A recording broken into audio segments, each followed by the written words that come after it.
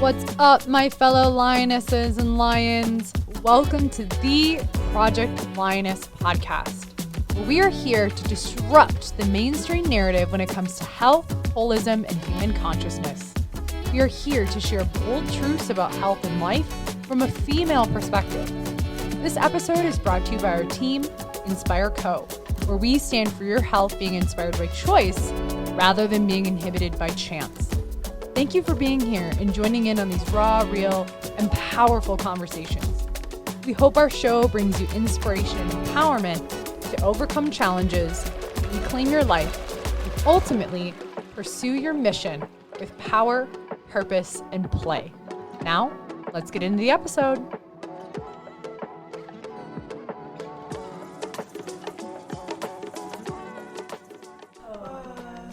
All right, y'all. Hello. Welcome back. This is Dr. Mel. Dr. Aryn. And this is Project Lioness podcast, and we are in part 2 of our birth, death, and rebirth. Yes. This is the one where we get to go meta We too. get to go meta. So if you haven't listened to part 1, listen to part 1. Dr. Aryn and I break down the physical birthing process in our country, typical interventions, and then alternate strategies that can really help empower you in that process and support little babies and get curious around your own birth process. In this one, we can't talk about birth if we don't talk about death. And death is a natural and normal part of life. And I have been really looking at death very differently. For some reason, it's just been so much more on my radar in the last year. Okay. Like, very curious about death and realizing, like, maybe this is my third life crisis. I don't know. But, like, we're all going to die. Our physical body is going to transition. I believe that there's a soul and we have an infinite eternal consciousness. I'm not religious, I'm more spiritual, but eventually, like, our bodies are going to transition. And that's a natural part, and I think a lot of it for me is coming up because I'm seeing things with my grandparents and just reflecting on death a lot. So we're going to talk about the death process and then get into some more meta concepts of birth and death and the rebirth cycle of life, and talk about how you can consciously choose to engage with birth and engage with death in a very different way so that you don't have to fear death where you lose out on living. I don't know about you, but that's what I see. People fear death so much that they don't choose to live all out. Yeah. Would you say that's where you were before compared to like this last year and revisiting how you view death?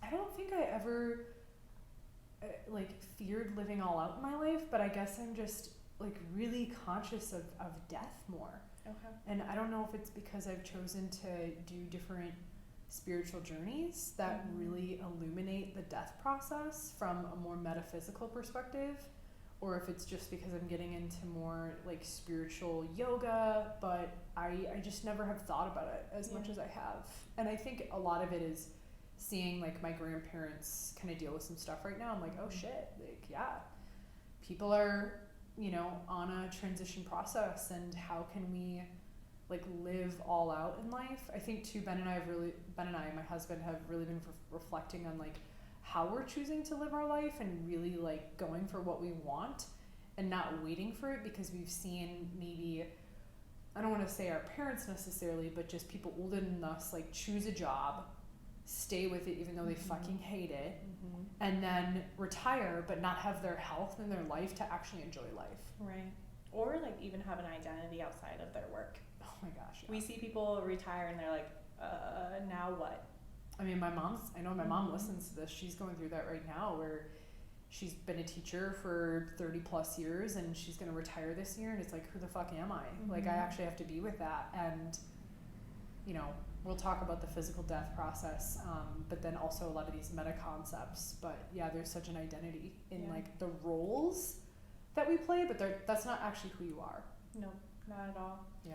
And death is like an inevitable sort of process. I'm more on like the spiritual side too, where I come with the perspective that energy is neither created nor destroyed, right? Like that is conservation of energy. It's a scientific fact. So I mean, experiencing life right now, that's a certain energetic state, and then you pass away and that energy has to go somewhere else. Whether it be another life, what have you, another to the form, Akash. to the Akash, what have you. But like What the fuck is the Akash? Yeah, I'm sure our listeners know what the Akash is. The Akash is basically like where all the souls hang out and party all the time, and there's no time.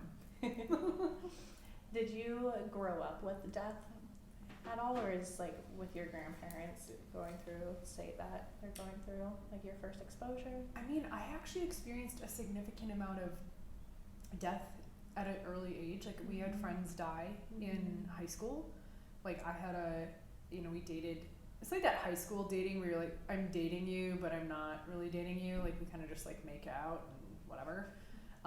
He was a friend and he died. He passed away in a car accident. Had another friend get killed in a car accident. Had another friend commit suicide. Like in high school, I dealt with a lot of death, and I guess I've never really reflected on that, but I do feel like that's made a huge impact. I had another ex-boyfriend die in college. We were really good friends in high school, but he died in a car accident.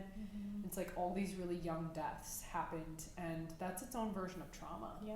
But I went to my great-grandma's funeral. I went to my great-grandpa's funeral. So that alone, those experiences were like, they felt really weird. Something always felt off and disconnected. And honestly, going to any funerals, to me, it's such a weird experience in America where people are wearing all black. There's maybe crying, but it's not like this like wailing, like grieving. Like the grief is like there, but it's almost like behind the surface. Like I need to be strong and like put on a front. It's like, bro, you probably need to fucking break down and cry. Absolutely. Right? And like I'm more to the side of, let's like have a celebration of life where maybe there's crying, but there's also celebration of the person versus like wearing black and just being like very stoic. I don't know, it's really fucking weird. Yeah. And this is my opinion. Like Ben and I talk about this too. You drive past your graveyard, I'm like, there are tens of hundreds of thousands of dollars in these graveyards where these caskets are like mahogany wood and like the headstone is thousands of dollars, and I'm like, okay, this is its own business, I get it, but like, what if we could use that money differently? And also, what is that doing to the land? Right. Anyway, I'll get off my soapbox and throw that question back at you. But I mean, it's a really, actually, I just saw that you can get caskets on Amazon. What? Just add that. Yeah, you can buy a casket. How much is it? I don't know. I didn't look I should look it up. I saw it as like an Instagram reel or something, and the reviews were hilarious. So oh my God. If you need a good laugh, I guess look at caskets on Amazon. Well, and a headstone can be anywhere from $1,000 to $5,000, or even easily. If you get a tomb, like the families who get the tombs, I'm like, shit, man. What if you gave that money to your family? Right. Again, I'm speaking within my values of what I would do with money. I always tell Ben, I'm like, if I die, bring my body to the jungle and give me to a jaguar. Like, I would love to be alchemized into like a jaguar body. I think that'd be fucking dope. But see, I just want to be cremated and like spread all over the place. Just pixie dust of Dr. Aryn. Pixie dust me all over the world, please. Toss me off a cliff. Man, Amazon caskets. Yeah. Fuck, Jeff Bezos he really is capitalizing the entire world. Yeah, that's wild. But I mean, one of the bigger stressors too when it comes to death is the family isn't necessarily ready for it because there is no planning, because we avoid talking and planning for death because we just want to pretend like it will never happen, which, let's be real, I don't know anyone who's never died or like who won't die, let me say. So I mean, whose physical body hasn't transitioned. Yeah, it's gonna happen. So the best thing that you can do is to have a plan for your death, and if you want to have that beautiful casket, then figure that out yourself. And I say that like with ease. Figure it out. But like truly, those are some of the bigger stressors when a family has to mourn the death and passing of a person. Like that's the last thing that they want to worry about is like, well, also planning. Planning the funeral, telling the whole family, telling friends, getting it out there, getting the flower arrangements, picking out a casket. It's like your wedding day. Like you're disassociated from the ability to actually like grieve. which is the most important thing. So that's Yeah. why, like, you probably see at the funeral, people still are in such a sympathetic stress state that they don't even have the capacity to grieve yet. That's a good point. Yeah, because they're stressed about all the details of planning this funeral. Yeah, how does the setup look? Like, how do the flowers look? And again, the funeral business is a huge business, right?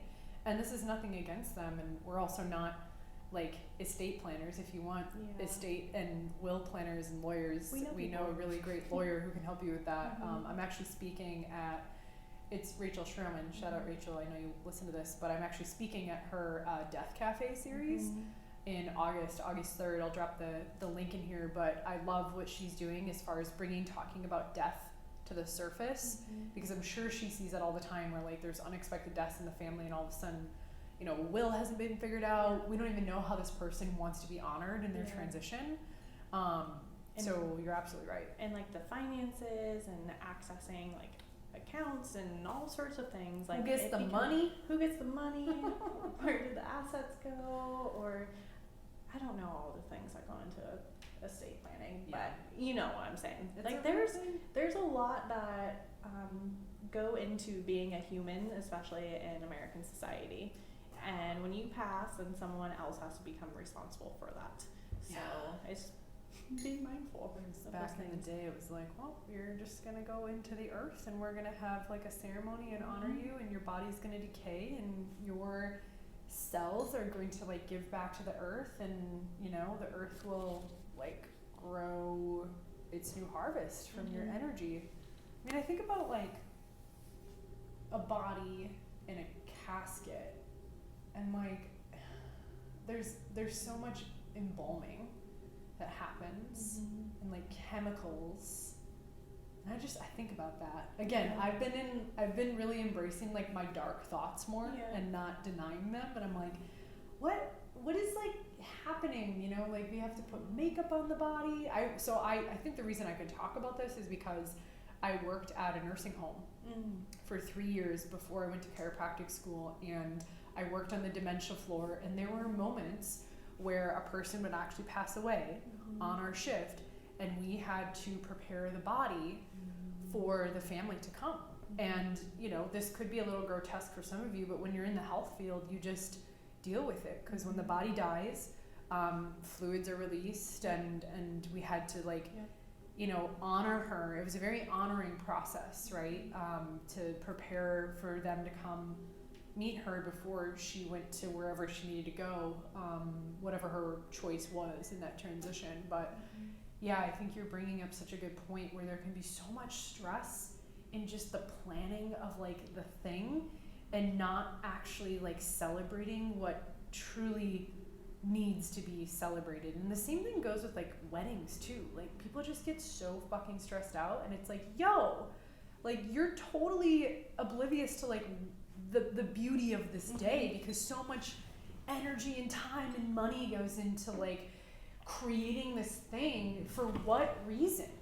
You know, so like I'm just gonna say it, when I die, whenever that is, like please take my assets and y'all do something fucking great. I do not want a headstone. I do not want a casket. I would prefer a green burial, even though that's been capitalized, because I think a green burial is like $10,000. Wow. Yeah. If you look up, and they do like mushroom burials now. Oh, that's cool. Where you can be buried with mushrooms, and the mushrooms will decompose you. Also, I think that's super expensive. But maybe I need to ask Rachel, like, hey, what are my options here, like super low cost? Well, Colorado has those compost real things. Like, I know that. Turn into compost. Yeah. And I think a lot of this comes back to when you are fully living your life and you're in alignment with your values and your purpose. When you die is when you die. And I have also done the DeMartini process on myself, which this is crazy, but this is where I'm at in my life. I'm like, what's the benefit of me dying? Like anytime I have a fear around death, like, oh, the plane has turbulence, it's going down, I might die. I will literally ask myself, what's the benefit of me dying right now? And I'm like, well, my vision and mission would go on without me. And it's less stress on me. Yeah. Because I'm dead. Right. Anyway, this is. And then what's like the next cool adventure that your spirit gets to go through? Probably get reincarnated into like a fucking Lioness, hopefully. Yeah. I love that. Sorry, we're all over the place with this one a little bit. But truly, to like lean into your life purpose and Yeah. lead with that can give ease for what you're doing in everyday life and what's to come, including death. Why do you think people fear death in our world so much? I think a lot of it's like the unknown and did I live my life to the fullest? Yeah. Like the whole idea of a bucket list.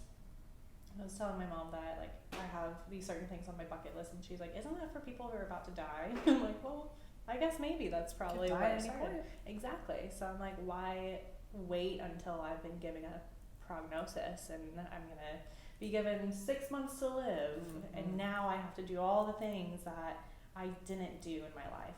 That I kept saying, I'll wait until later. Yeah. I'll wait until I don't know, I have more time or availability. No, just do it now, because you really don't know what your life is gonna turn out to be. You don't.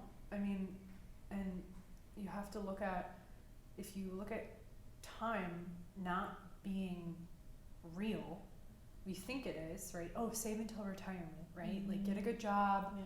make a lot of money, who cares if you're miserable, but you can do that when you retire. And it's like, you could literally get taken out tomorrow.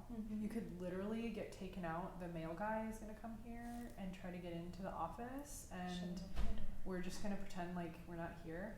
Oh, do you wanna go grab it? Yeah. Mail guy. Oh my god, talking about Rachel Schroman. Whoa, wait, give me that. Shut up. This is how the universe works. I love Y'all, Rachel, I know you listen to this podcast. So we're talking about Rachel Schroman because she is an estate planner. She helps you creating a will. She's a lawyer, and she works with elder law. It says estate planning and elder law. That's so funny. And we've been talking about her. She's amazing, and she's putting on this death cafe. And the mail guy comes, and literally we have an invitation to her grand opening, which we are going to. And like, of course, this is happening right now. Of course, this is happening. What was I talking about? Just the death process and living, and Yes. you could literally get taken out at any moment. And I don't say that to be like doom and gloom, but like use it as an invitation to fucking live your life. Yeah. Have fun. Like take that trip. Yes. Spend that money. Take that trip, spend the money. I mean, I'm gonna Well, actually, reasonably, but yeah, I mean, I'm actually gonna be doing a money, wealth, and nervous system class, which I'll put in the show notes here about money, wealth, and maybe we'll include death, right? Because I think some people, there's like two ends of the spectrum, right? Where over here you're so fearful of living life, and like I was actually just talking to my dad about this, about his dad, my grandpa, who came from Germany, and my grandpa Al is a millionaire with his assets. If you meet him, you would be like, what? He has all these assets and he hasn't used them. And he's in his mid-80s, and his body is, changing, and he just budgets so much still, even though he doesn't really have to. And my dad actually got emotional, and he's like, that makes me so sad, and part of me gets really angry, and I'm like, bro, buy the steak. Like, you're 85.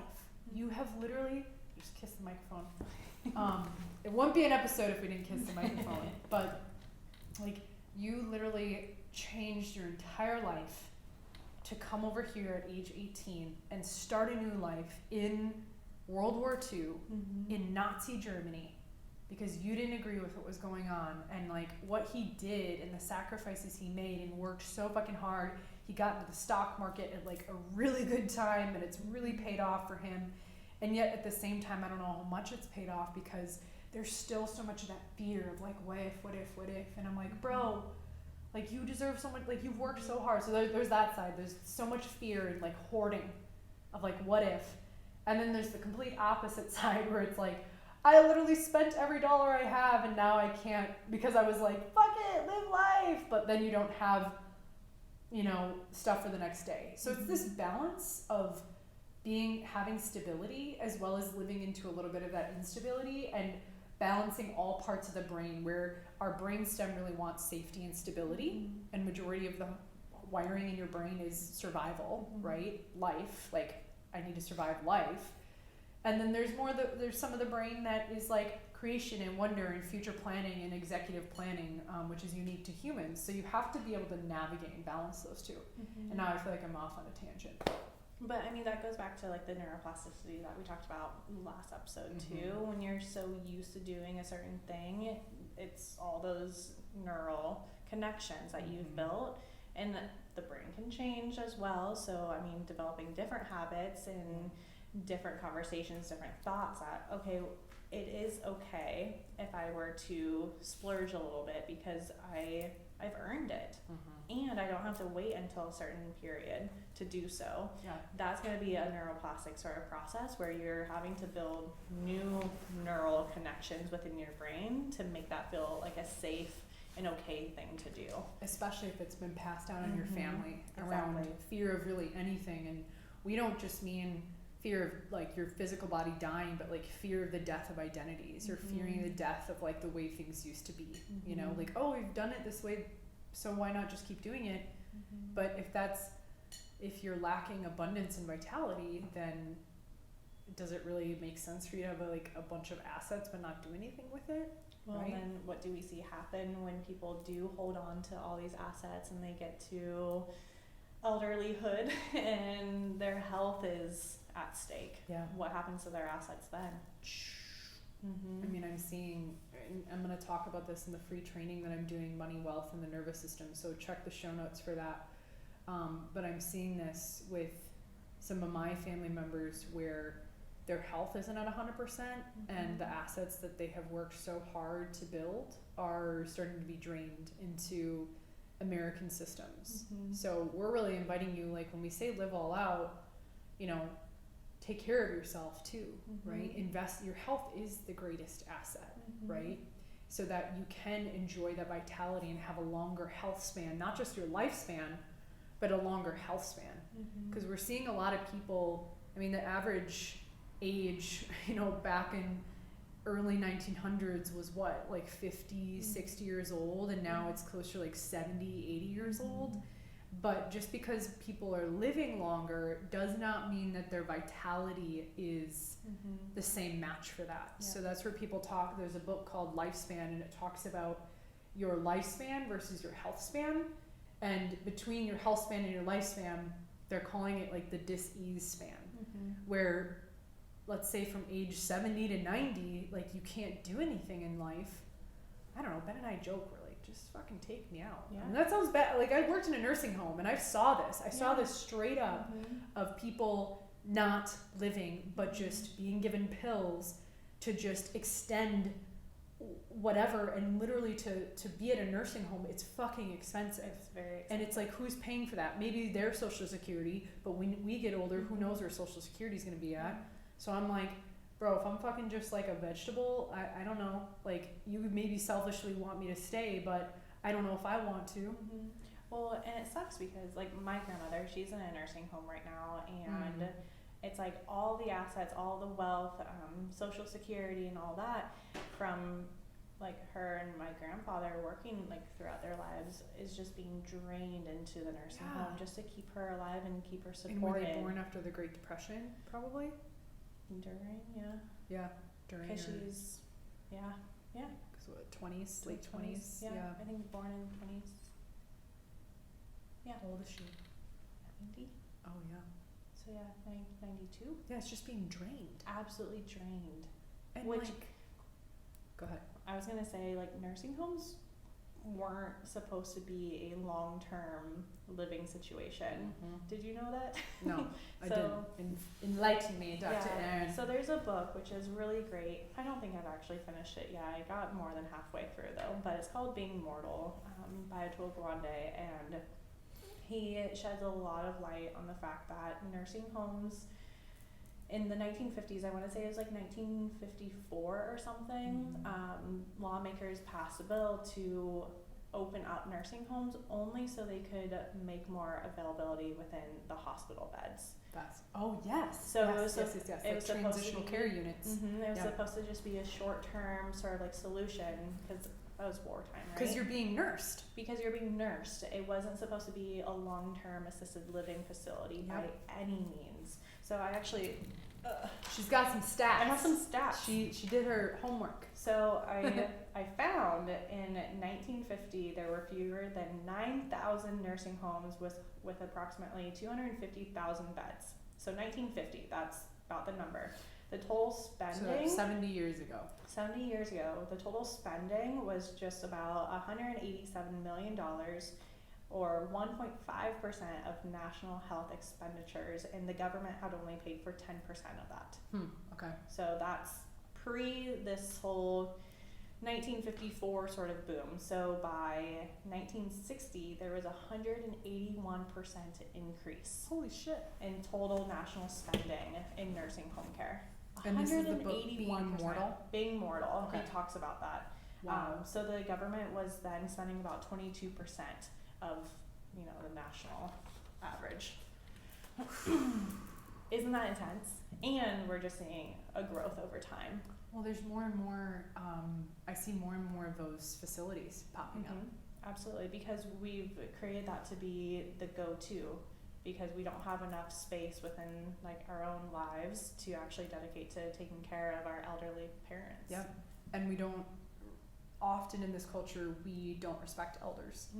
And in other cultures, elders are like the wise sage people, where they have the wisdom of generations, they have the wisdom of the culture. And this is something that's, thank you for sharing those stats. I'm shocked, but it makes a lot of sense.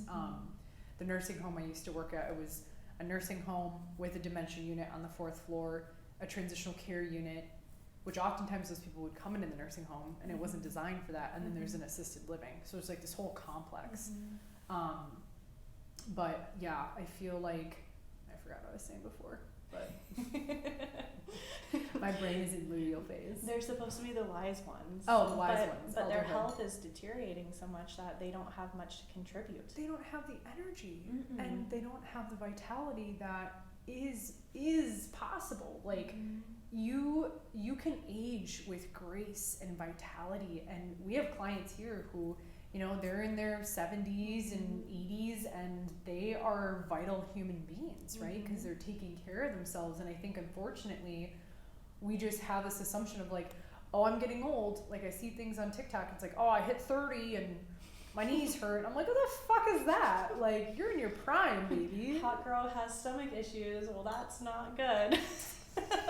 I actually, I have that. I'm like, would I prefer to be like really skinny and have shitty bowel movements, or maybe a little curvier and like fucking rock bowel movements?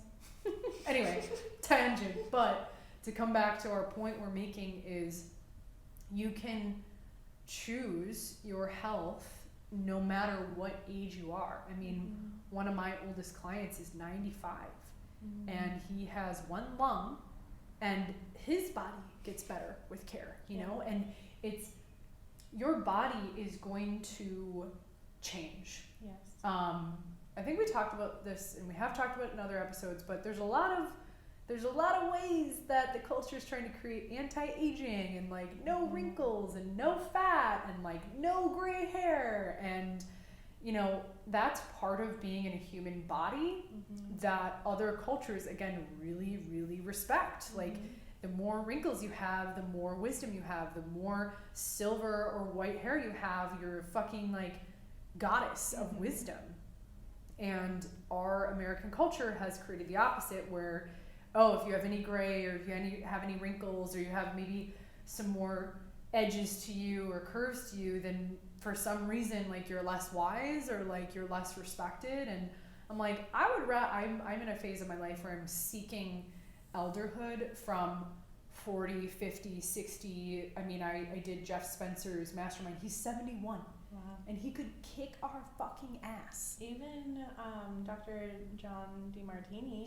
He's almost 70. Yeah. I think he's 67. And he has so much energy. Yeah. Because he's living with purpose. Yes, he's living aligned with his purpose. And sure, he has a little bit of gray hair, but what I'm speaking to is like, your physical body's going to change, and your cells are constantly rebirthing themselves every single day. Every 7 years, you have an entirely new body. And when I tell my clients this, they're like, wait, what? So I'm like, cool. Yes, the skin, your eyes, your hair, your gut, your heart, your lungs, your liver, even your nervous system. Your cells are literally dying every single day. And so you have to ask yourself, who are you really? If you're a brand new body after 7 years, then your vitality goes beyond just your physical matter, but the energy and the mental, emotional energetics that you bring into who it is you really are. You're just like a meat suit, but you also have like a consciousness and an innate intelligence permeating through those cells that adds to the matter and the vitality. And that's what we want to get across, is like you can age differently than what the culture says or the culture portrays aging really is. Oh, I like that. Mic drop. In chiropractic school, we used to say adapt or die. You used to say that too. Shit would go down, we're like, adapt or die. Because your body's gonna adapt, and I mean, it's kind of funny because I guess you are dying consistently. You are Your cells dying every day. But is your body actually adapting to that death, or is Right. it degrading Right. with that death? Yep. Is it getting lesser, or is it becoming more vital? Yeah, are the new cells through the process of, you know, whatever it is, phagocytosis, apoptosis, right? Your cells regenerate all the time until they don't. But how are the new cells coming into this life? And we have to ask whether it's your skin or your stomach lining, I think switches over every 4 weeks. Yeah, it's very very fast. quick. It's very quick.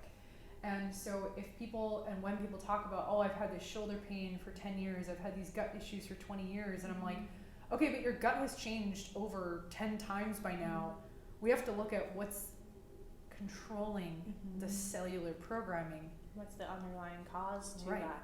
Which is your neurological wiring. And another death process too that we have to look at is like the menstrual process. Like the egg that is being released from your body has coding in it from your grandmother. And that has to die in order for you to experience a new level of self-awareness. And if we don't allow that to shed and die, it creates stagnation, and you're holding on to literally generational trauma. Every time my leftover releases an egg, there's some sort of generational trauma that we're working Which through. ovary are you on this month? Do you Left. know? You're thinking on the left, yeah. Yeah, but like I feel it. It's like a deeply rooted thing that I don't have like conscious control over, but my body expresses it 100%. It's a dying process. And you know what I do? I just give space. What I now do is to give space for that death. Yeah.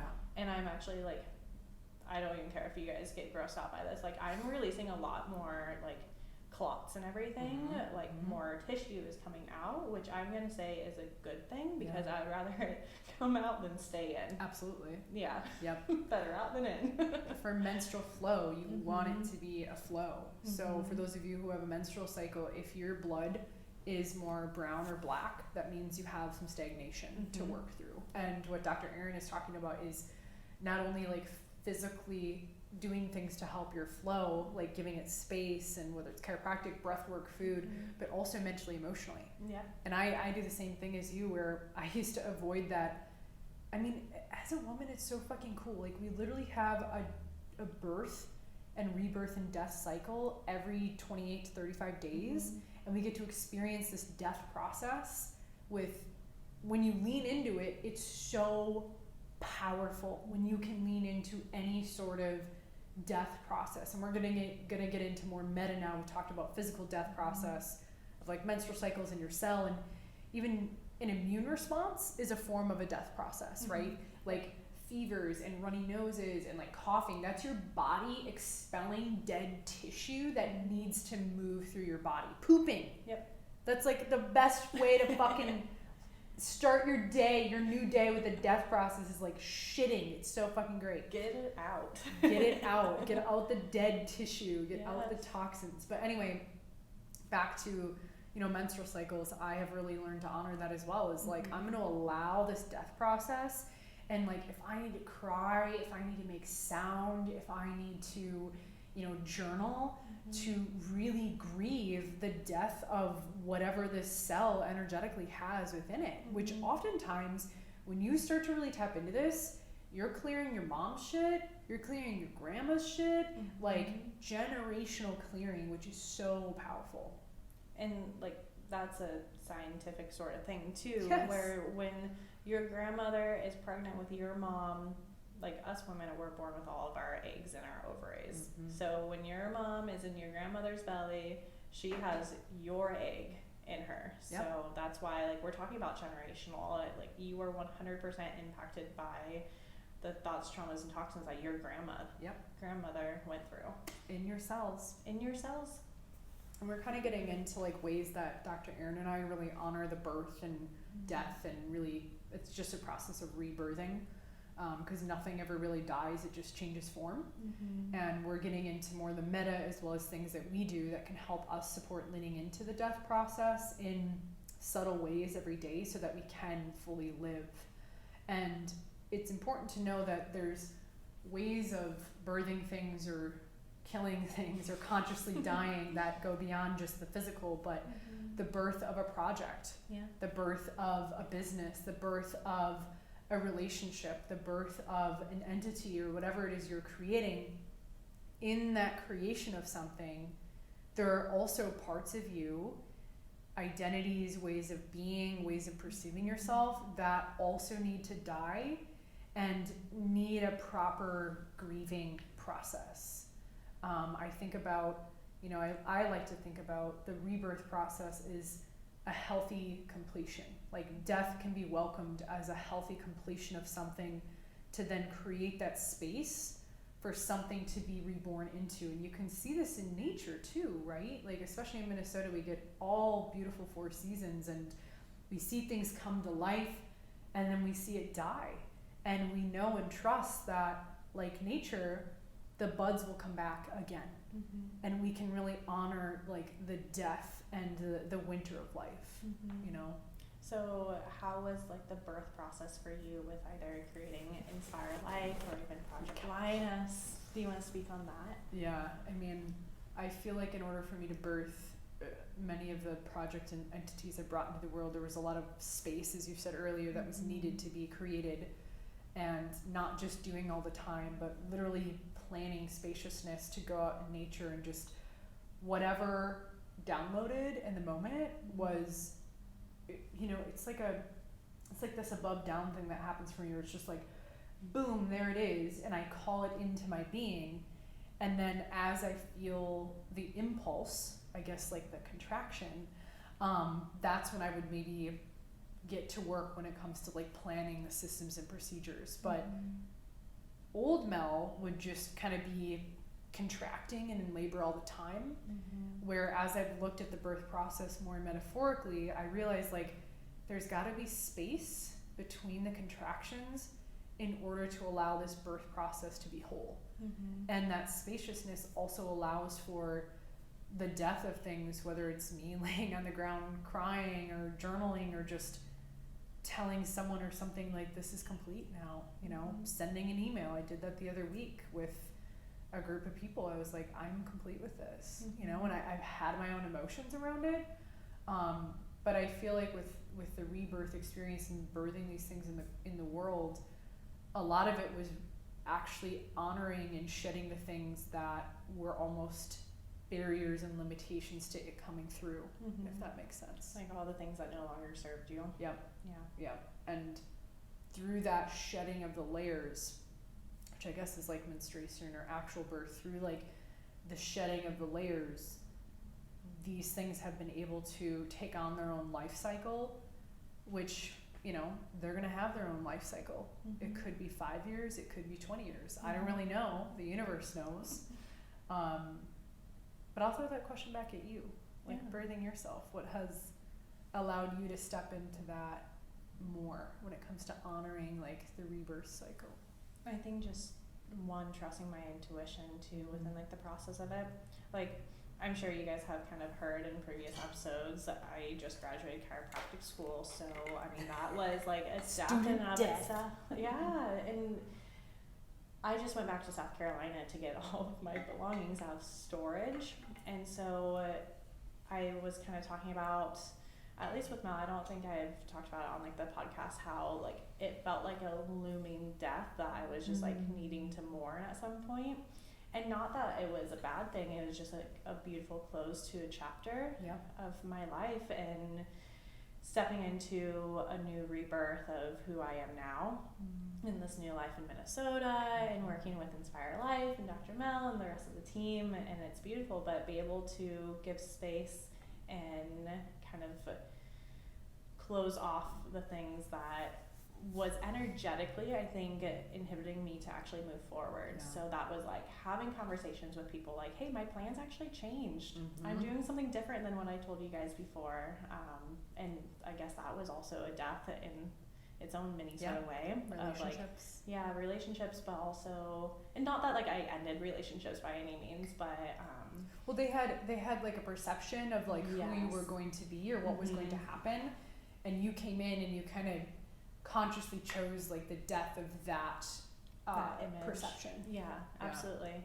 Because like my original plan was to go and open up in Knoxville, Tennessee. So that was a really fun conversation when people were like, what happened in Knoxville? Why are you in Minnesota? Yeah, and then it was like this explanation that I felt like I needed to have. And then I took a step back and I was like, well, I don't actually have to explain anything. It was just this like perception that I even held. So I mean, that was probably like a people pleasing sort of response. So it's shedding that identity and like that layer of who I used to be and stepping into, this is what I'm doing, and I'm so excited for it. And people are like, awesome. And there's no other conversation. So allowing the depth of that and just giving space and time for the rebirth of what this new chapter is. And now I have like my own home up here, and it's so beautiful, and everything feels so much more congruent instead of like holding on to the old stagnant energy of what was lingering. When you even consciously, like, you got rid of stuff, right? You physically, and like, I think this is really important to speak to what Dr. Aryn is speaking to, is when you can consciously go into what could be a contraction or a death process, whether it's getting rid of physical stuff, choosing to have the hard conversations without explanation, like just owning it. The way I think about it is like in nature, like trees don't resist the falling of the leaves because they know the falling of the leaves that matter will change and support the growth of the next season. And I think sometimes there can be so much resistance to the death process because we think in that moment like this is forever. Right. Like and this sensation is forever. When you can actually like not resist the resistance but get curious about it, it often like alchemizes in that moment. You know? Well, and like you said, it's gonna take a different form, and what does that form actually look like? Exactly. And like knowing it's not forever, it's just gonna be something different. If you haven't studied the universe laws like I have, what we're talking about is the law of conservation of energy, where nothing is created or destroyed, it just changes form. And that goes from a physical, mental, emotional, spiritual perspective, because it's a law of the universe. And so everything in that umbrella operates under that principle. And this is one thing that I teach a lot of my coaching clients is, if they're experiencing a grief process and they're really attached to like the way they thought it was supposed to be or its original form, it's because they haven't seen where that characteristic has actually emerged in a new form. So I was thinking about when you were talking about like the death of being a student, but in reality, you're always going to be a student. Always. And you're always going to be a teacher. It's just your student energy has changed form. And we could take this into the concept of relationships, whether someone has actually physically passed or you had an attachment maybe with a friend and parts of you like miss them and their energy and characteristics. This would be an exercise for you listeners, is looking at what is it that you really liked about this person. Maybe you were a little bit infatuated, like, oh my gosh, I miss them so much and I can't get over this grieving. It's like, okay, what is it about them that you really loved and honored and really admired? And in the absence of their physical form, where are those characteristics now showing up in your life? So think about the guy that you would always see at your like pseudo dad, right? Yeah. It's like, where is his energy now? And it could be in a new form of a person. It could be in the form of an animal. It could be in the form of yourself. Like, you may have taken on some of those characteristics because, again, nothing is missing. It simply changes form, either in you or in the people or animals or things around you. Absolutely. And I was working on this with a client, specifically like her pets. And I was like, look, I don't share this exercise with you to bypass the grieving process, because I think experiencing the emotion and mourning is really important. But it can also be very stagnant and heavy if you hold that grieving for 20 years. 100%. Because you haven't seen where that form of that person, place, or thing has shown up energetically in your life, and having gratitude for it for the new form. Versus being so infatuated with, like, and I know people where their parents have died like 30 years ago and they still struggle so much with like addiction, or like, why did you have to go, you know, just lingering in the past, versus like having gratitude for what they've taught you and how their energy still permeates through space-time. And really being grateful for that new form and what it's teaching you. That doesn't mean you don't have moments where you cry or don't cry, but I just wonder how this exercise would maybe invite you to have, like, transform the grief into gratitude. And like, you're absolutely right that energy still exists somewhere within, whether it's you or your life. It's just having the awareness to see it. And I think it can invite you to also be really present with the relationships and the chapter of life you're in now, knowing that everything in the universe has an impermanence. Like, eventually our relationship is going to end because one of us is going to peace out. But this is where Mel's brain has been. Don't make me grieve. Like, I meet new people, or I come into contact with people who join our team or whatever, and I'm like, this someday will end. But I feel like the knowing of that actually allows me to sink into like the presence with people more, because I know there's an impermanence, and this is maybe more like Zen Buddhism philosophy, because I've been training with like Zen wellness masters. But like, when you can really sense into the impermanence of everything, I feel like it allows you to sink into the gratitude for the relationship or whatever it is in that moment of time, because we don't know how long it's going to last. It could be a fleeting moment of someone at the grocery store, and then it changes. You know? Well, and I think that's one thing that we aren't good at doing. I mean, talking about death is hard for us, or accepting death, and that comes in the form of not just, you know, physical body has left, you know, but when is it time to have a death of a relationship or a death of something? I mean, we all have probably been in a relationship for too long, right? Because we were avoiding the death of it. We didn't want to recognize that this has ran its course, and let's lean into the possibility of the unknown. It's scary. It is scary. It's really scary. It's like a butterfly going into the cocoon. Like, the caterpillar goes into the cocoon and it emerges differently. And there's so many gifts if you allow the recognition of that for any relationship that you've had. If this applies to you in this moment, like, lean into those gifts and what else could come, maybe in a different relationship. If you need that encouragement. The turning on your curiosity brain can take time to get better at that and have it be more of a normal inner dialogue, you know. So I'll offer some ways that have worked for me when it comes to the rebirth process. I'll also be speaking a lot on this at Rachel Schroman, who appeared in our episode, of course, in a form of a flyer, which, again, that's just the way the universe works. But I'll be speaking on ways to embody the death process with more curiosity on August 3rd, so I'll drop the link. But I'll be speaking on that from a physical perspective as well as a mental, emotional perspective. But something that I have asked myself is, one, how would leaning into this contraction serve me?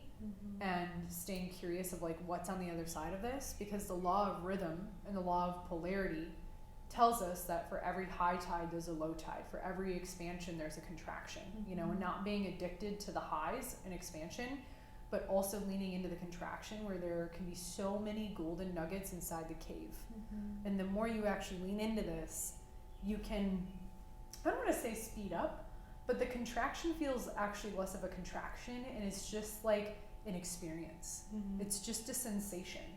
And it doesn't, like, I'm still mastering this, but it's just less of like, you know, the fear, and there's less resistance, and getting curious about like, all right, well, what happened if I just leaned into this sensation or crying or journaling or emotion, and more often than not, I come out with some insight or wisdom that was exactly what I needed at that time, that instead of looking outward, I just went inward and into it.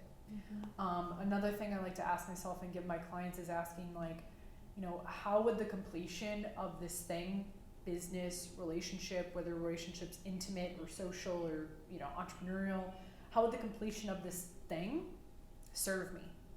And how does that completion serve others involved? So rather than being attached to like, oh my gosh, if I end this, it's going to be the worst case scenario, which is more lower brain thinking, asking, how would this serve me? And how would it serve them? So I'm just not an asshole narcissist, but I look at the other person involved, right? And have understanding and connection with them. And then last for me is that DeMartini process, where DeMartini is my coach and I'm trained in his methodology, is looking at, okay, if I'm grieving something, where, in what form is it showing up in my life?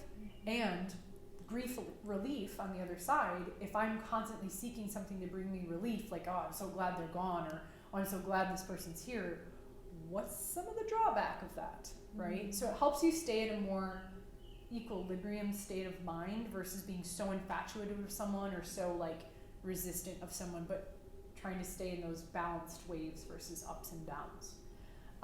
So that's what's supporting me in like really ways that I've embraced death every day, as well as, you know, doing my laundry and like consciously doing the dishes and like the physical thing of like, this just needs to die and like move on so I can clear the stagnancy in my life. But anyway. Actually though, like it's a really important thing for me to do dishes like every night, because that's one less thing actually lingering in my space. Absolutely. So my day 1 to my day 2 for my menstrual cycle is miserable. I took a bath and I leaned into, I like to verbalize things out loud to process, but also like journaling and like writing like a poem, and I haven't done that in a long time, but leaning into like the surrender. Thank you. It's my little artistry coming out. Yeah. But like connecting into like the deeper sort of emotion of it and allowing that like thought feeling to pass and die to give space for something else. I think of, because I'm a water sign, I think of waves. It's true. Honestly, like the grief and like the feeling of it can feel like crashing waves until you learn how to go with the rhythm and the tempo of like the changing waves, because it's never going to be the same or consistent either, just like the ocean tides and everything. But you learn how to surf it and you learn how to master the waves. And that's all that's about. It's dancing with these emotions and with the grief and with the death, and giving space for maybe the creativity on the other end for a rebirth. Yeah, I love that. It reminds me of just, you know, the universe speaks in waves and energy, and I think what people fear is not necessarily the thing itself, like the conversation or whatever, but actually like the sensation and the emotion that they'll experience in the thing. So what you're speaking to, and I think is really valuable, is like, how can you learn to be with the waves of the sensations and the waves of the emotions and not resist it, but become the surfer of your life, you know? And at first it can be really, really scary. If you don't know how to surf, like a tsunami, man. Yeah. If you don't know how to surf and you get out there for the first time, you're not going to be a master of those waves. The water's going to crush on top of you so hard. Spit you out. Oh my gosh, it's going to be miserable. But you keep on getting up and you keep trying and you persevere through it. And then next thing you know, you're like on TV and you're just surfing all these like big tubes. 100-foot wave. Have you seen that show? No. Oh, it's fucking crazy. People surf 100-foot waves. But truly, I mean, someone gave me that analogy once, and it related like to my life pretty well. I'm like, yeah, it sucks at first, no matter what it is, and it does get better. It does get better. There might be another really big wave that you're like, oh shit, I wasn't ready for that one. And then the more you do it, you almost kind of, I was telling Aryn this the other day, it was like welcome the objections, like go into the objections, like bring on the objections, and you almost kind of get this like little kink with like contraction, and you're kind of like not addicted, but like you're kind of into your dark sides and your contractions, because then you know, because you work with the laws of the universe, like there's going to be wisdom on the other side of this. So why not just fully fucking embrace it and scream and cry and honor those waves as the surfer of consciousness that you are. Because you learn that it's not a life or death sort of situation. Nope. You'll always come out on the other end. It's a rebirth. Yeah. Like the phoenix. Oh yeah, you said that in your other episode. I like that. Yeah, the phoenix was our mascot for my nerdy science sorority I was in. In undergrad. So it has a lot of like meaning to me. I like that. Yeah. Aryn's next tattoo is going to be a phoenix. It is actually. Oh, for real? Big ass leg tattoo? When I have more money, I'll do a big phoenix piece on my thigh. I don't know, but damn, I can't wait to see that. Yeah. So to wrap up this episode, we will invite you to, one of the biggest things I think that you can really honor the death and the rebirth process is space. Because if you're stuck in your mind about it and like, oh, this isn't working, you're most likely not giving yourself enough spaciousness to be with what is actually trying to die. So I personally like to plan in certain days of spaciousness, generally around my cycle if I can, or just weekends where I know that there's been a lot moving, and just allow myself to go into it, and not judging yourself for not doing all the tasks or checking off the to-do list. Like this, giving yourself space should be on your like to-do and to-be list. And for those of you who are high achievers and go-getters, it's going to feel uncomfortable. It's going to feel so uncomfortable to give yourself space. But even if you do it for 10 minutes, 10 minutes turns into 30 minutes turns into a day, I promise you it will make such a huge difference in this learning curve for you. So anything else you want to add, Dr. Aryn? No, that's it. Dr. Phoenix? Dr. Phoenix. We should change your name on Instagram. All right, y'all. We hope that these episodes served you when it comes to birth and death and rebirth. And if anything really landed for you, please share this podcast. Give us a review. We are very open to your feedback, and we want to know what is supporting you in this chapter of your life so we can speak breath and air and life into it. So with that, this is Dr. Mel. Dr. Aryn. And we are always honored to guide you back towards the reclamation of your power and really inspired to allow you to pursue your purpose and ultimately invite you to play all out in life. This is Project Lioness, and we'll see you in the next episode. Bye. Cute. Thank you for joining the Project Lioness podcast. Did you find value in today's episode? Help us impact the lives of others by sharing this podcast with someone you know who would resonate and benefit from the Project Lioness message. Excited to hear more? We invite you to subscribe on whatever platform you're tuning in on. And we'd be so grateful for you to leave us a review about what you enjoy most, as well as what you'd like to hear more of. Thank you so much for all of your support. Sincerely yours in power, purpose, and play. Dr. Mel with the Project Lioness podcast. Keep rising, keep roaring, and keep inspiring.